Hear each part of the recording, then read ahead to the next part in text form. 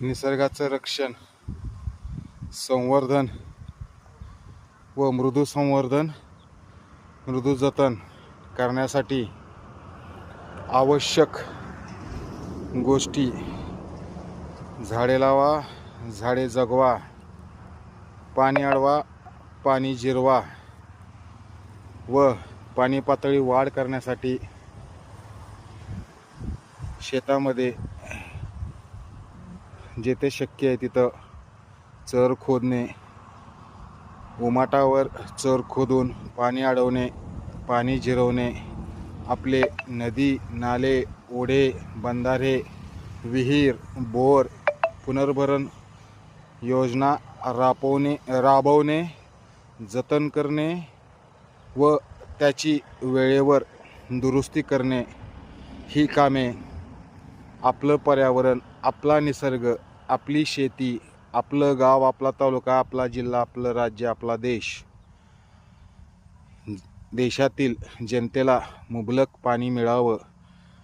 उत्तम शेती करता यावी, राहणीमान वापरासाठी, घरगुती वापरासाठी, औद्योगिक वापरासाठी व शेतीच्या कृषीच्या वापरासाठी मुबलक पाणी वेळेवर मिळण्यासाठी करावयाच्या गोष्टी: पाणी अडवा, पाणी जिरवा, झाडे लावा, झाडे जगवा, मृदू संवर्धन, नदी, नाले, ओढे, तलाव गाळमुक्त करणे, पाणी अडवणे, पाणी जिरवणे व त्याची वेळच्या वेळी देखभाल दुरुस्ती करणे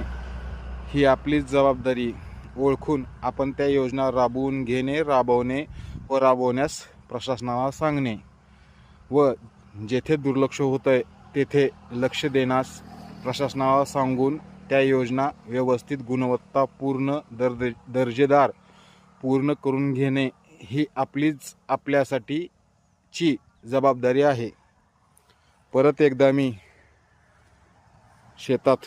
लावलेली झाडे: दुहेरी फायदा, पर्यावरण रक्षण, जलसंवर्धन, मृदू संवर्धन व फळे फुले उत्पन्न, म्हणजे दुहेरी तिहेरी फायदा.